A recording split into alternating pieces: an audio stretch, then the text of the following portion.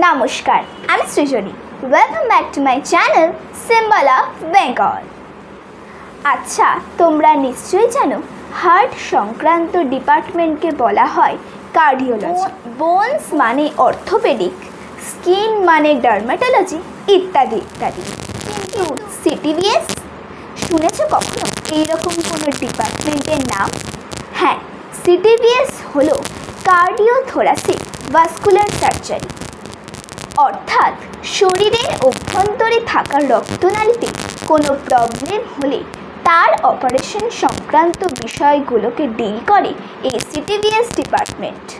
এটা খুবই রেয়ার একটা বিষয়, তাই আজকের ভিডিওতে আঙ্কেলের মুখ থেকে শুনে নাও তার অভিজ্ঞতার কথা, এবং এটাই প্রার্থনা করব যেন আঙ্কেল খুব তাড়াতাড়ি সুস্থ হয়ে যায়। আর সবশেষে বলি, সিটিভিএস সম্পর্কে যদি তোমাদের কোনো ইনফরমেশন থাকে তাহলে কমেন্ট করে জানিও, তাতে উপকৃত হতে পারে অনেক মানুষ।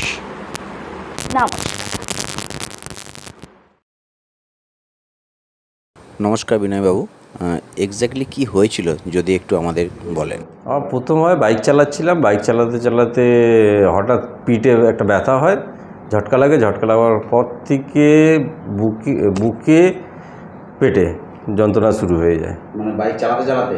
হ্যাঁ, বাইক চালাতে চালাতে তো আমি সাইড করে আমার একটা বন্ধু ছিল, সে হেল্প করে। ওখান থেকে এমার্জেন্সিতে যাই, এমার্জেন্সিতে ডাক্তার দেখাই পিজিতে। দেখি ওখানে ইঞ্জেকশান দিয়ে ছেড়ে দিয়েছিল, তাতেও ঠিক হয়নি, যন্ত্রণা হয়েই যাচ্ছে। 1 মিনিটও আমাকে ঘুমোতে দিত না, এরকম অবস্থা। এই ব্যথা কতদিন চলেছিল? এটা চলেছিল দিন 10 কাছাকাছি হবে। তারপর হসপিটালে ভর্তি হলাম। থেকে ব্যথা হচ্ছিল? হ্যাঁ, সারাক্ষণ হতে থাকছে। পেটে ব্যথা ছাড়া আর অন্য কোনো অসুবিধা আছে? যেমন মনে করুন খেতে না পারা?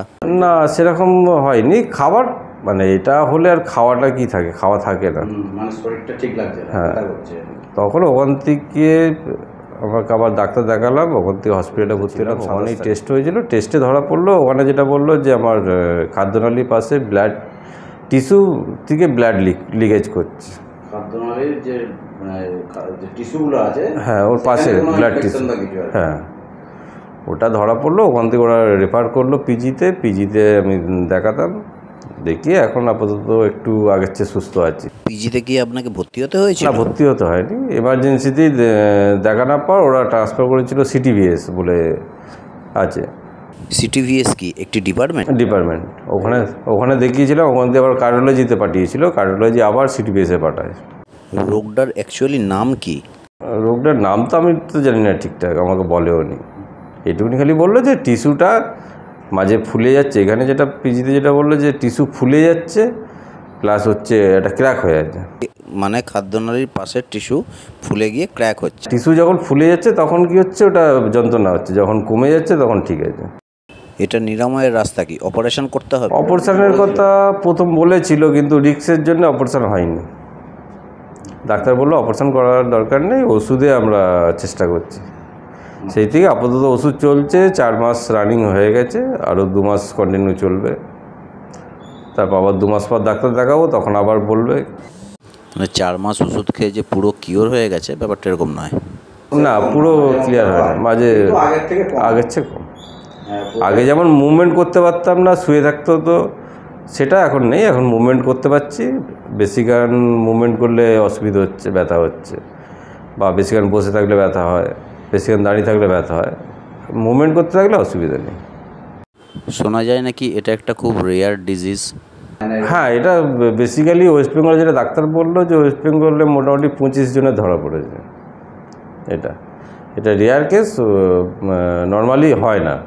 নর্মাল যে সমস্ত প্রবলেম হয় আর কি শরীরে, এটা তার মধ্যে পড়ে না? না, তার মধ্যে এটা আলাদা কেস পুরো। মানে এটা সবার মধ্যে পাওয়া যায় না? এটা বললো যে 25 জনের হয়েছে। মানে গোটা পশ্চিমবঙ্গে খুঁজে হয়তো 20-25 জন পাওয়া যাবে, কিন্তু প্রত্যেকের এখন ট্রিটমেন্ট, কিছু লোকের ট্রিটমেন্ট চালু হয়েছে, কিছু লোকের হয়নি এখনো ট্রিটমেন্ট। আচ্ছা, আর এটার জন্য বাইরে দেখানোর, মানে এখানে ট্রিটমেন্ট ঠিক আছে না বাইরে দেখানোর কোনো প্ল্যান আছে? এখনও পর্যন্ত তো এখানে চলছে, এখানে যতক্ষণ না এ করছে তো আমি বাইরের এখন প্ল্যান করিনি। প্ল্যান তো আছে একবার বাইরে যে টেস্ট করাবার জন্য। চেক আপটা করানোর ইচ্ছা আছে।